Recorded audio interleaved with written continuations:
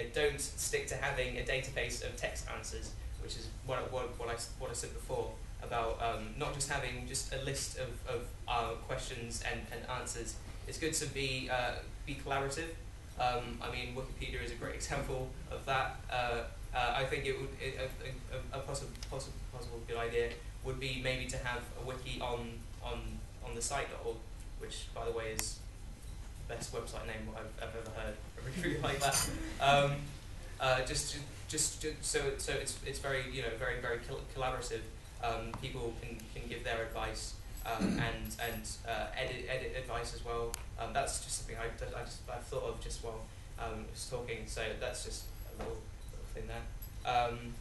I also think it would be good with a website like the site to just try and raise awareness of it. I think it's important also not to have it as a list of answers and questions, but to have things that will bring people to it. Not so you can give people advice about things, not necessarily when they're looking for advice. I think it's definitely good if you can give people advice about things in the world, just so that they can take that on board and apply it to their life, maybe in the future when things come up, or when they have friends that have problems where they can they already have that advice on board. And I think good ways to get that across would be to have people email in and then answer their questions on the site, or use the medium of video, which I'm obviously I'm very knowledgeable about, maybe.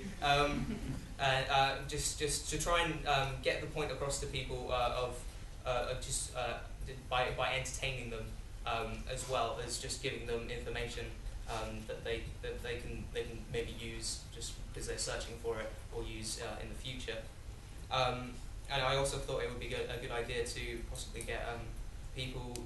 I know you're talking about everything being anonymous, and how people are more likely to get involved in something if they don't have to say everything about who they are. But I think it would be a lot of help to people if they could see videos from people who have had problems in the past, and they can see in the same way that I was looking at the BBC website and seeing questions from people, but seeing that it's a real person and that they have real problems and they have really overcome it. I think that would be just a lot more interesting for young people, and it would definitely get them more involved.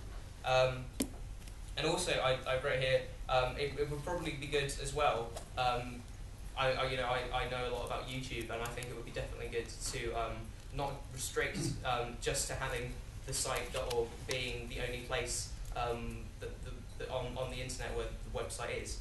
I mean, YouTube already has a massive audience. I would always say to anyone who's interested in posting web video to always use YouTube, for no other reason other than the fact that there is every demographic ever is on that website looking for stuff.